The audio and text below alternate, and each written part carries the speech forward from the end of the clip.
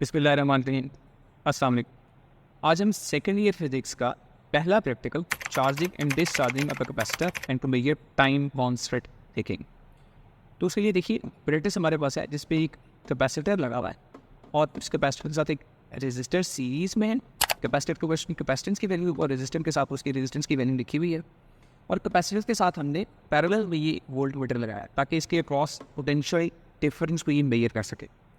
इस अपरेटस को हम एसी मेंस के साथ कनेक्ट करते हैं इसकी वायर, लेकिन इसके अंदर एक ट्रांसफार्मर लगा हुआ है जो उसको कन्वर्ट करता है, स्टेप डाउन करता है टू 12 वोल्ट्स, और फिर एक डायोड है जो कि एसी को डीसी वोल्टेज में कन्वर्ट करता है। तो बेसिकली हमने कैपेसिटर को चार्ज करने के लिए 12 वोल्ट डीसी वोल्टेज यूज कर। अब क्योंकि हमने कैपेसिटर को चार्ज भी करना है और डिस्चार्ज भी करना है, तो उसके लिए हम ये टू वे स्विच यूज़ करें। ये टू वे स्विच कैसे काम करेगा देखिए, जब ये एस डी के साथ कनेक्टेड होगा, यदि अभी जिस पोजीशन में है ये डिस्चार्जिंग मोड होगा, उसके लिए ये सर्किट कंप्लीट होगा। एस से बी चार्ज जाएगा यहाँ से होता हुआ कैपेसिटर में से और कैपेसिटर में से होता हुआ रेजिस्टर में से, और ये डिस्चार्जिंग का सर्किट कंप्लीट होगा। अगर मैं इस एस को ए की तरफ लेकर जाऊँगा तो अब देखिए एस और ए कनेक्ट हो जाए तो बैटरी से चार्ज आएगा जो कि रजिस्टर में से होकर कैपेसिटर तक जाएगा और कैपेसिटर को चार्ज करेगा, उस वक्त डिस्चार्जिंग का सर्किट ऑफ हो। और ऑपरेटर से देखिए हम रीडिंग्स कैसे लेंगे। जब इस स्विच को मैं एस को ए के साथ कनेक्ट करूँगा तो एक कैपेसिटर चार्ज होना शुरू हो जाएगा और फिक्स टाइम इंटरवल्स के बाद हम नोट डाउन करेंगे इसके क्रॉस पोटेंशियल डिफरेंस के तहत, यानी फॉर एवरी 5 सेकंड्स और 10 second will note down the value of the voltage in this volt meter.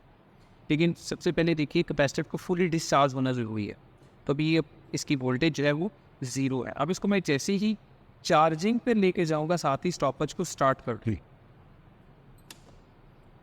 Now 5 seconds के बाद हम देखेंगे इसके ऊपर कितनी वोल्टेज आती है, तो आप 5 सेकंड्स के बाद वोल्टेज की वैल्यू नोट करेंगे, फिर उसके बाद 10 सेकंड्स पर वोल्टेज की वैल्यू नोट डाउन करेंगे, फिर 15 सेकंड्स के बाद वोल्टेज की वैल्यू नोट डाउन करेंगे, 20 सेकंड्स के बाद वोल्टेज की value, 25 seconds, and then at around 30 seconds और 35 सेकंड्स ये अपनी पीक वोल्टेज की वैल्यू तक पहुंच जाएगा।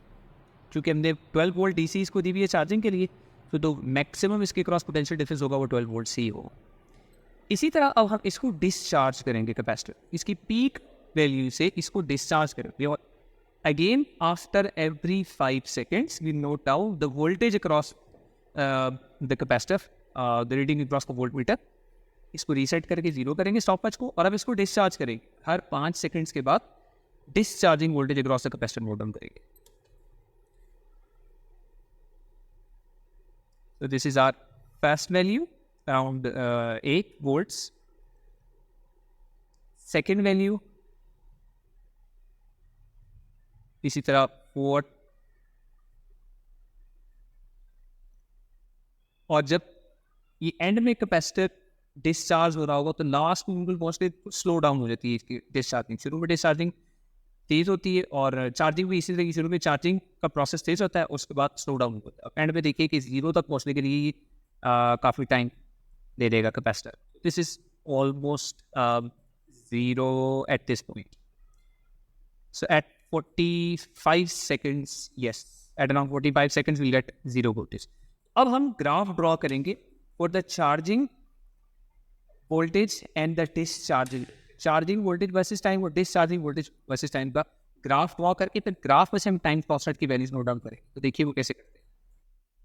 अब ग्राफ के लिए देखिए हम एक्स एक्सिस पर रखेंगे टाइम की वैल्यूज और वाई एक्सिस पर both charging voltage and discharging voltage, यानी हमने एक ही ग्राफ पेपर के ऊपर चार्जिंग और डिस्चार्जिंग दोनों की कर्व्स ड्रॉ करनी है। तो ये ग्राफिंग प्लॉटर है, इससे मैंने ये प्लॉट वैल्यूज कर ली है। स्केल इस पर देख ले, एक बिग बॉक्स एक्स एक्सिस पर 10 सेकंड्स के इक्वल है और एक बिग बॉक्स वाई एक्सिस के ऊपर 10 वोल्ट्स के इक्वल है। तो जो चार्जिंग कर्व है पहले उसके पॉइंट्स को ज्वाइन करके एक स्मूथ कर्व बनाने की कोशिश करते हैं। तो चार्जिंग के पॉइंट्स को मैं अगर ज्वाइन करूं तो एक स्मूथ कर्व बनती है। शुरू में चार्जिंग तेज होती है और बाद में चार्जिंग का प्रोसेस जरा स्लो डाउन हो जाता है। इसी तरह जो डिस्चार्जिंग वाले पॉइंट्स हैं मैक्सिमम 12 से स्टार्ट होगा और इसको ड्रॉप डाउन करवाते हैं और ये डिस्चार्जिंग की कर्व हमारे पास बन जाती है। अब टाइम कांस्टेंट क्या होता है?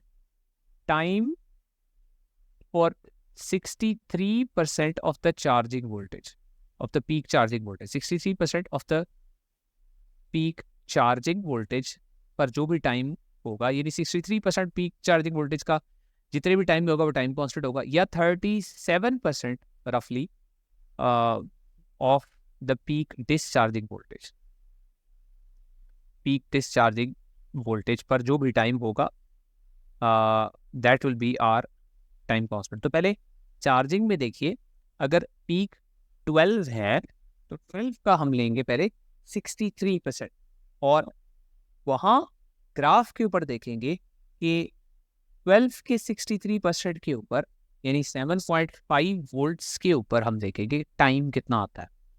सो स्केल को अगर हम देखें तो एक स्मॉल बॉक्स 2 के इक्वल है, 2, 4, 6 और 7.5 ऑलमोस्ट यहाँ पर होगा। अब इसको हम चार्जिंग वाली कर्व के साथ मिलाएंगे इस पॉइंट को, विल गेट दिस पॉइंट, और इसको नीचे ड्रॉप डाउन करेंगे तो 10 सेकेंड्स हमारे पास चार्जिंग का टाइम कांस्टेंट आ गया, ठीक है, 1 जो है दैट इज 10 सेकेंड्स।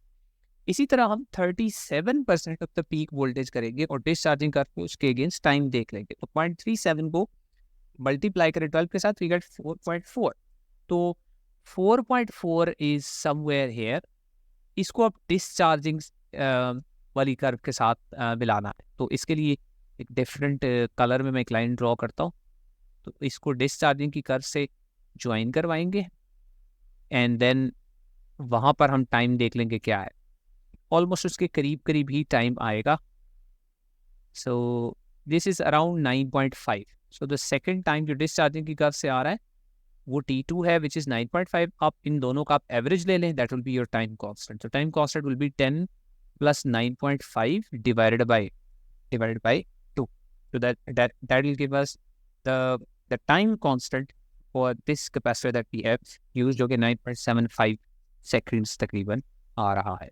ये इस एक्सपेरिमेंट में हमने टाइम कांस्टेंट फाइंड आउट कर लिया for this capacitor. See you in the next video then इंशाल्लाह। अगली वीडियो होगी हमारी of slide wire bridge experiment. See you there इंशाल्लाह।